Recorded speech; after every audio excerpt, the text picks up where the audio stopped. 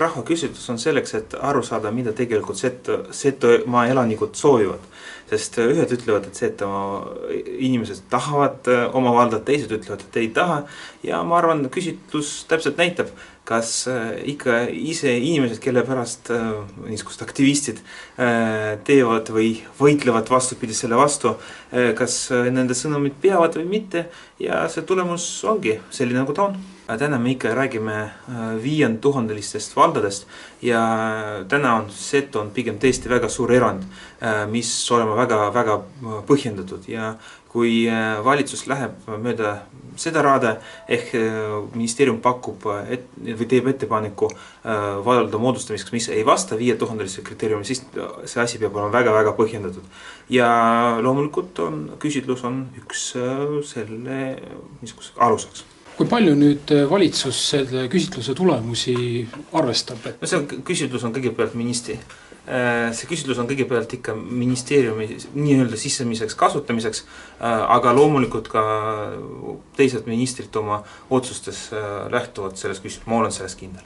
Kui palju kumb asi nüüd kaalub kumma üles, kas see, et Meremäe volikogu on otsustanud, et nad ei soovi selle Setomaa vallaga liituda, ja kui rahvaküsitlus peaks teistpidi näitama, et kumb siis on valitsusele tähtsam? 2 volikogu otsustasid, et nad kumbagi ühine, ehk Meremäe ja Mikitamäe tegid otsuse. Kui oleks ainult Meremäe, siis võib-olla oleks olukord kergem ja lihtsam, aga mõlema volikogu otsus mitte ühineda teeb asja väga segaseks. Peaminister ütles nädal tagasi Riigikogus, et Seto valla moodustamine on praegu juriidiliselt väga keeruline, kui mitte võimatu.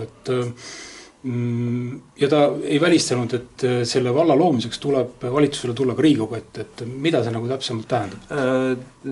Seaduse võib tõlgendada ühtemoodi või teistmoodi, aga täna seadus lähtutakse kõigepealt sellest, et valla suurus peab olema 5000 ja 5000 inimese valda Setomaa territooriumil moodustada täna ei ole võimalik. Kas nüüd, kui see vald ikkagi tehakse, et selle elanike arv saab kuskil 3500 ringis, kas sellele vallale näeb valitsus ette ka mingisuguse eraldi toetuse, et nad ikkagi saaksid nende teenustega hakkama?